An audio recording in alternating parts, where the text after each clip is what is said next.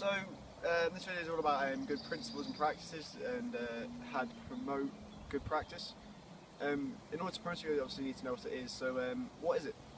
Good practice is anything that helps you have a safer and more enjoyable time. It just helps eliminate all the risks. There are things like risk assessments or risk management. So that consists of risk assessments, checking equipment regularly for any damage, having appropriate licenses such as an ALA license and insurance.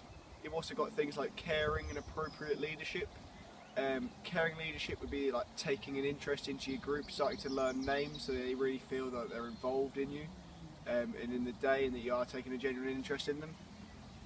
Appropriate leadership is tailoring what you say, what you may do to your group. Some people may need a visual demonstration to understand what's going on.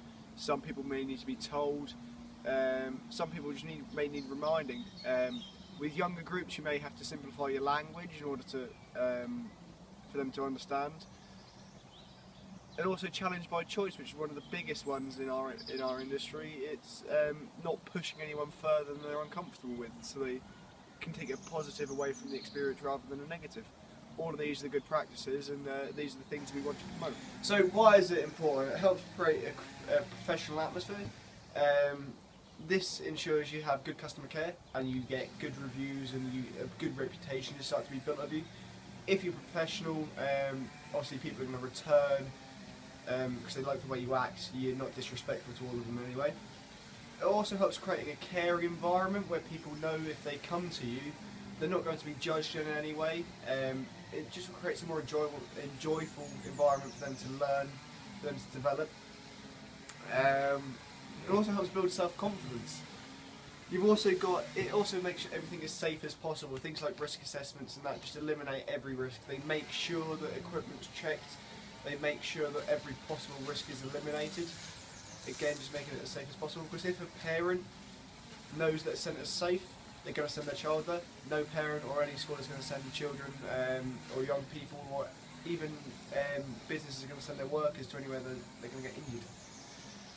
Also, it helps promote good customer care. Good customer care will mean returning customers, it means good reviews, it just helps boost your business. All of these things can be helped and gotten with following good practices.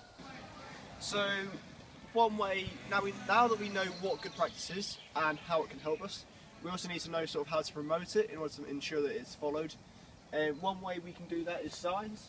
So on this sign, it clearly marks that this is an activity area, so it's not an area to be that needs to be you can go in. Also tells you what PPE is required. So for low ropes, it is a helmet required activity. So you need to make sure you're wearing helmets when you're in it. It just helps to make clear to guests if there isn't an instructor on here that they're not allowed to go in here, and if there is an instructor-led activity, the instructor knows that he needs helmets in order to make the activity. He or she needs helmets to make the activity safe. Another thing is staff training. If you train your staff properly, it's going to eliminate sort of any errors, obviously, because they know what they're doing then. This can be the form of like in-house training, where you have someone who's an expert in that field train the staff in-house, or you get people in from the outside and get nationally recognised qualifications, but your staff are trained, they know what they're doing, in order to make the activities fun and also safe. Videos and printouts to people learn in different ways. Some people may learn from sitting down, reading something or listening to something. And so it's just ensuring that it is really clear to your leadership team how they should behave, how they should be trained. You'll probably see that throughout this video I'm referring to this piece of paper. This is my printout for this video, so I'm going to keep referring to that so you can make it clear what I need to say, what I need to do. That's the same way a printout would work on an activity session. It just makes sure I know what I'm doing in order to make it, again, safe and enjoyable. Also, SOP, standing operating procedures.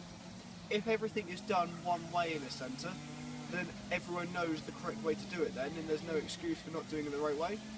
Also, if everyone knows how everything's meant to set up, it's really easy to spot if something's then wrong. Again, just about making it safe for everyone. No one wants to come to a centre and walk away injured. So we just need to make sure that everyone can stay as safe as possible.